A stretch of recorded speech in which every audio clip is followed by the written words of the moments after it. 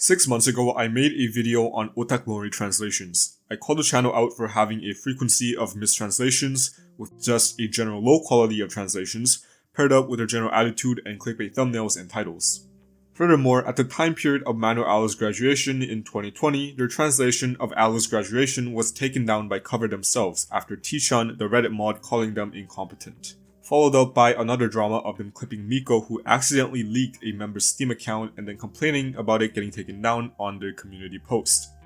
These two dramas single-handedly solidified his place as one of the most non-reliable, mistrusted, and hated Hololive translation channel or clipper of all time. In that earlier video, I mentioned that Otakmori hadn't posted in 9 months, which I then assumed meant the end for the channel. However, I was wrong. When you check the channel now, they've returned from their hiatus of almost a year and began to upload clips multiple times per day like they used to.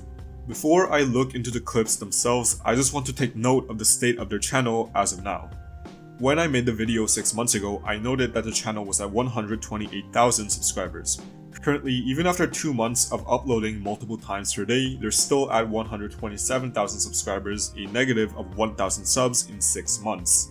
However, it does seem like the channel is starting to see positive growth again, which kinda should be expected as there is content being made, regardless if it's low quality or not. One thing I can say for sure is that the views that they've been getting has decreased quite a bit compared to before. But they still are making a decent amount of money, averaging around 1.5 million views per month, which should be around 1500 USD per month depending on their RPM and monetization. This number is actually quite low compared to October of 2021, when at their peak they were getting 14 million views per month, which is around $14,000 in USD.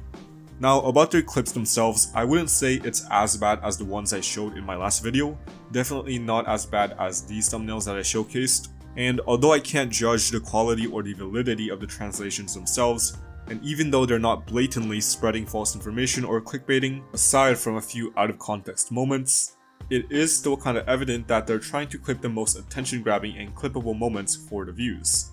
Also, for these kinds of clips, which are pretty serious, I still can't really trust their translations to blindly follow them, so I'd recommend avoiding these if not the channel itself. So to end off the video, I'm going to recommend some clippers that I watch, but to be honest, almost every clipper is better than Otakmori. I really do like Osekai even though he stopped clipping JP members and went on to EN members instead.